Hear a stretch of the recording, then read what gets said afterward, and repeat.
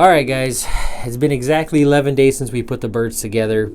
I wanted to make a video yesterday, but I had a Christmas concert at my children's school to go to, and by the time I got back I was just too exhausted. I didn't want to make a video.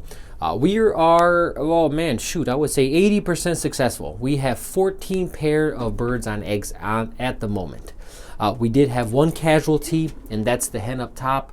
She laid on day 8 and 9, and probably due to fighting, one of the eggs got thrown out and it froze overnight. Unfortunately, it's been really cold, single digits overnight, double digits throughout the day. As you guys can see, I brought back the windows. That's not so much to keep it warmer as much as it is to keep the wind down. The wind blows pretty heavy, and on some days it gets pretty windy in here, and I'm trying to keep that draft down. The two pairs that didn't lay is this hen up here. She is a 2012, so she's going on 8 years old now.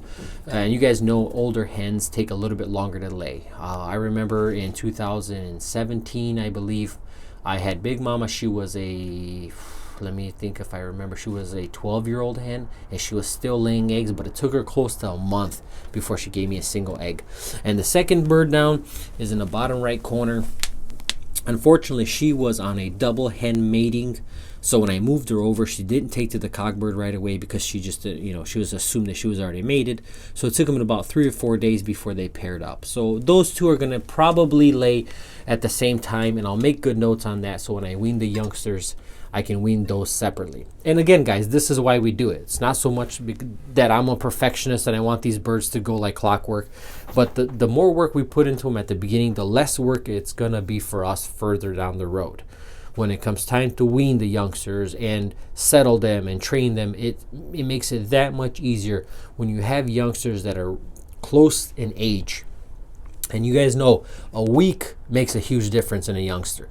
I wean at 25 days so that I have a more of a relationship with the birds, for lack of better words. If I wean them at 30 days, they're terrified of me. We never really bond. They never become not, what's the word I'm looking for here, guys? They're never really tame, so to speak. But when you wean them earlier, I know guys wean them at 21 to 23 days old. I think that's a little young, but you guys are the managers of your loft. You guys can do how you please. I wean them at 25 days old. And again, it all starts from right now. I mean, the more work you put into them at the beginning, the less work it's going to be for us down the road. So it's up to you guys. I mean, again, if you guys, and honestly, I'm hoping you guys are having as much luck as I am with the birds this year. But if not, it's not the end of the world. You guys can recover, but it will be a little bit more work for you down the road. Like I said, when I wean my youngsters, I wean them in small groups. Let's see, 5, 6 every few hours or so. So when you have birds that are weeks different, it just becomes that much harder. Babies just don't get fed well enough. They start to fall back because the older youngsters have already perched. They're eating aggressively, and it's a lot more work. And you guys know what I mean.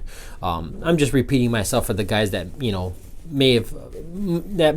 this might be their first year breeding youngsters. The idea is to try to get them going right from the get-go. Like I said, the month of November was the most important month. Then we put them on the medication, and then we put them on the lights, and here we are. This is the exact result of that. We have 14 out of 16 pair on eggs like clockwork. All right, guys, we'll see you on the next one. I'm not sure what that's gonna be. Like I said, the next step now is to get these birds right and get them weaned as soon as they hatch. That'll be sometime next year, probably the end of January. So I'm not sure. I hate to leave you guys hanging like that, but really, I've said it before, it's hard to come up with content. I don't want to just show you the same old thing. I may make a video of the youngsters as the colors start coming in. I know a lot of guys like that. I do as well. I'm a sucker for a red, and I am really partial for a colored bird, especially a bird that can perform very well and is an off color. I like my chocolates. I like my, just the off color stuff.